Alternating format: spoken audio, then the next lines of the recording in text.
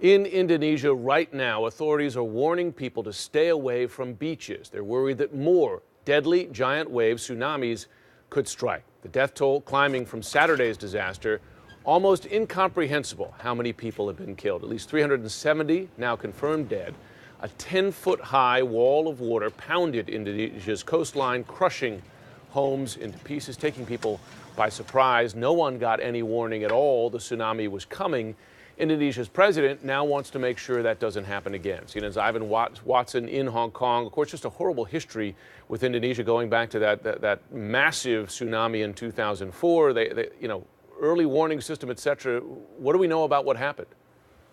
Yeah, I mean, terrible, and this is a country that's prone to these types of natural disasters, sadly.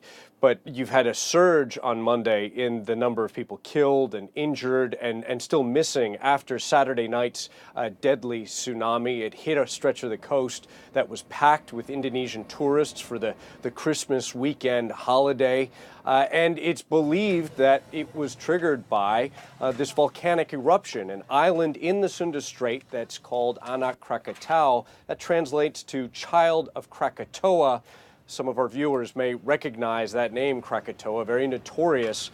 And it sent about 150 acres of mountainside sliding into the sea, according to Indonesian authorities, and then created this tsunami on what was a night with a full moon, and it had been high tide at the time.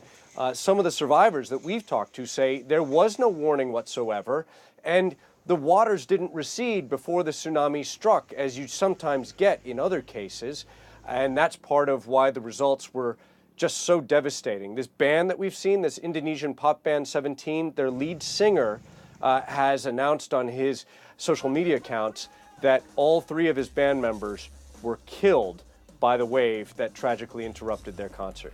Jim? I mean, that video, we just showed it again there, just shocking, shows the surprise. So they put in these buoys after the 2004 earthquake, which kind of rise and fall, I guess, with sea rise. I know that in the last quake just a few months ago, many of them weren't working. What's happened? Why not? And what is the government going to do about it? Yeah, that's what's really stunning about this. I mean, the Indonesian president was touring the disaster zone. He said, we need to install an early warning system. But Indonesia got one installed with these deep water buoys, deep sea buoys, after that horrific tsunami in 2004. It killed hundreds of thousands of people across Southeast Asia. Well, there was another tsunami just last September after an earthquake in another part of Indonesia. It killed about 2,000 people, and they didn't get warnings. And at that time, Indonesian officials were saying, you know, that early warning system, a lot of it doesn't work anymore. It's fallen into disrepair or it's been vandalized. So some big questions about how to protect this country. More than 17,000 islands, Jim, more than 125 active volcanoes, a lot of vulnerable coastline. Jim, the people pay the price there. Ivan Watson, thanks very much.